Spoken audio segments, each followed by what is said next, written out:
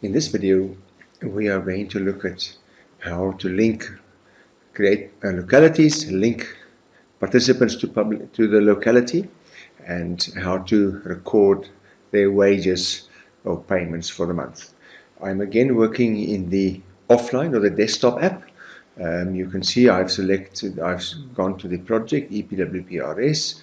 I've selected profile search and I've selected available offline for me to work with, and I am clicking on the project. So now I am opening it.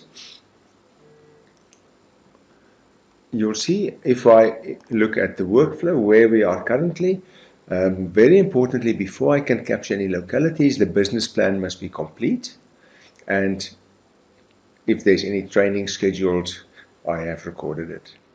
Good. Now go to the localities page, and you will see at the moment there are no localities yet. So I will add a locality. I will use Little Mowbray as an example.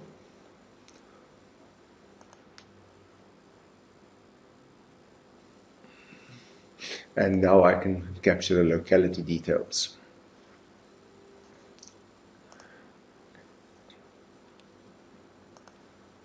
So an area called Little Mowbray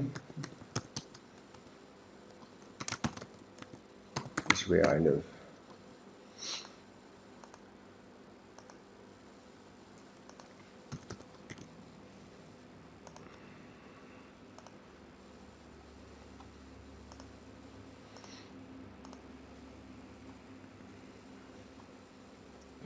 The other information can be updated or at a later stage. For now, we will save and close that. And hit save and then submit to complete. Okay, that was very straightforward. So the locality has been registered, and if we were to go back in here, you would see the locality they'll show, and the workflow page shows me where we are. Okay, the next part is more interesting, and now we need to go and link our participants that's working at this locality to this. So we start the process by clicking on Link Participants, and you'll see the link participant page open. So in here, we will now put the ID numbers of the participants that we have already registered as participants into this locality. So in this box that we can enlarge, we would then paste the ID numbers of the participants that are working here. Remember, these ID numbers of these participants should already have been registered on the EPWP participants application. So in this case, I've chosen 3 ID numbers, and then I will add a fourth one just here, which is obviously an invalid one because I'm just putting random numbers to show the difference. Okay, so I know for our training today, that is a valid participant. That one is still not approved. This one is not linked and therefore should not be found. And this one is completely random. All right. So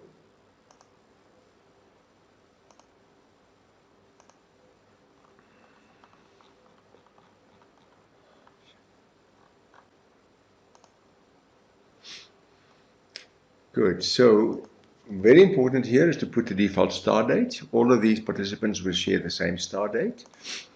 And in this case, we would make this in, let's say, the 1st of April. And we would put the default wage rate. So let's say they would all have 120 rand a day. Okay. So now the system will go to the server, and it will go and find these participants on the database and link them for us.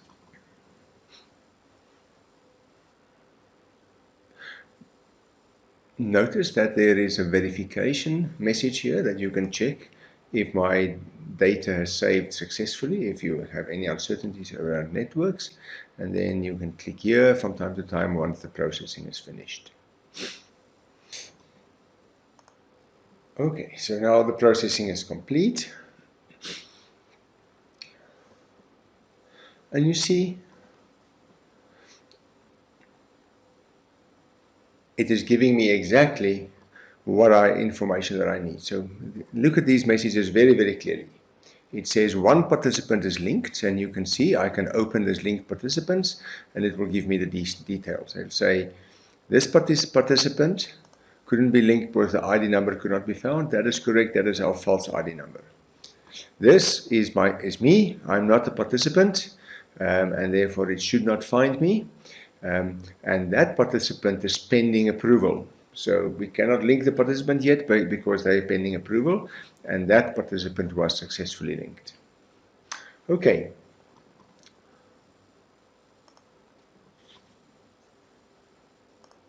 This will go to review. Here at this point, you could go and restart the process, add more participants. If you wanted to, for today's training, we're going to just leave it at that one, and then we will complete the process. Right, so as we move forward now, we are now going to deal with the monthly attendance. Okay, so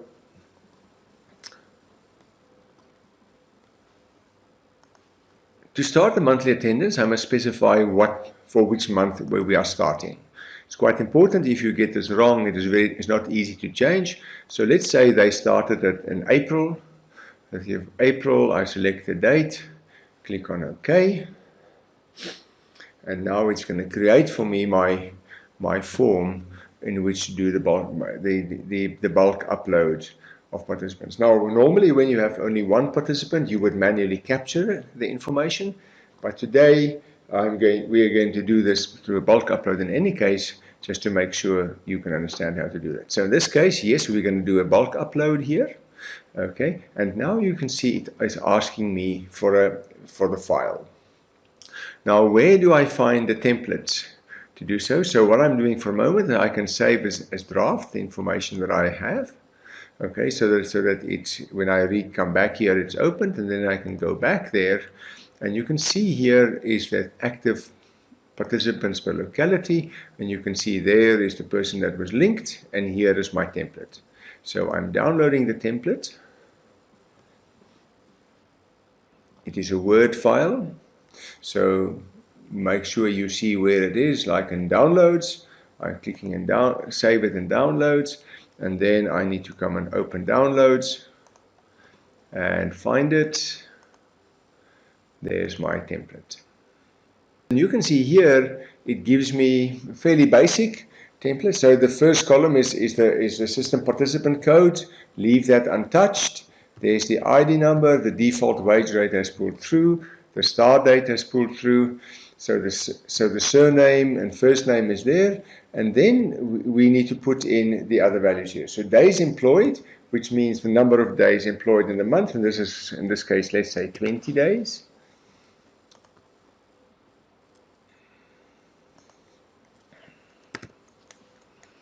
Okay, so the total wage is then a calculation of that times the daily wage rate, right?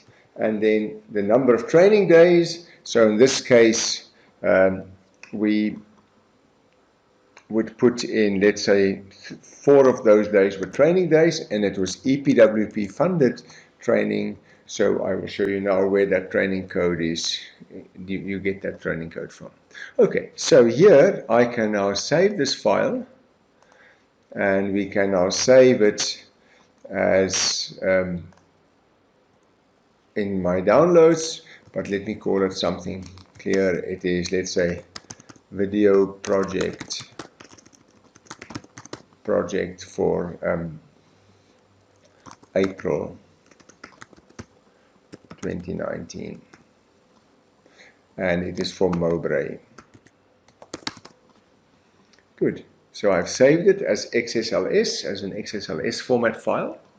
Okay, now I can go back to my app. So let me first just show you where do I get the training code. So in the workflow, in the project workflow, you see we registered training, training that must be done, and by scheduling the training, you can see there's a training course code. So that is the code that I'm inserting there. Good. Now let's go back to the locality. Go back to Little Mowbray. And you can see we are busy capturing data here. So I go back into capture. You can see I can still open the monthly attendance. Can you see it has remembered my previous settings because I saved it as draft, and now I'm going to upload that file. So I just go back to downloads where I saved it. There's my video project for April 2019.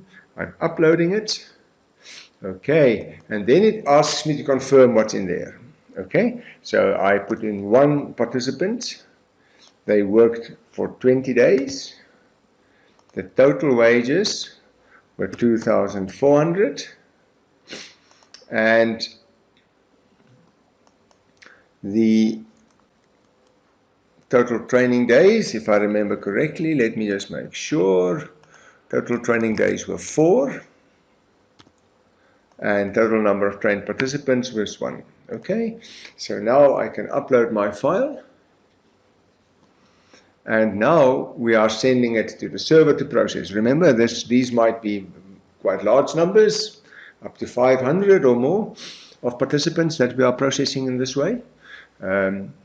We don't recommend that you put too much more than 500 in each locality, just because if even one of them fails, then the whole process fails and you must re-upload it. Good. So we give it a small chance to upload. So let me. Okay. So please note, this little button is very important.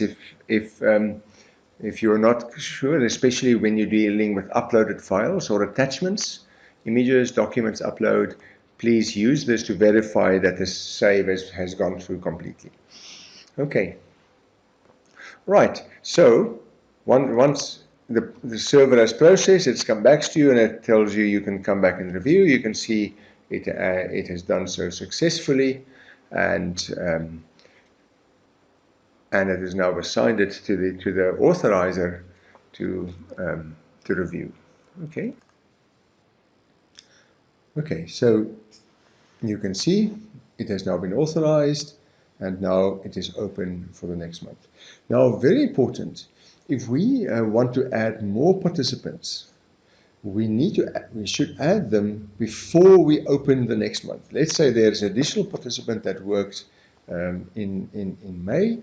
We should first add them before we open the month. Okay, so that is all for today. Tomorrow we will look at the summarizing of the process and for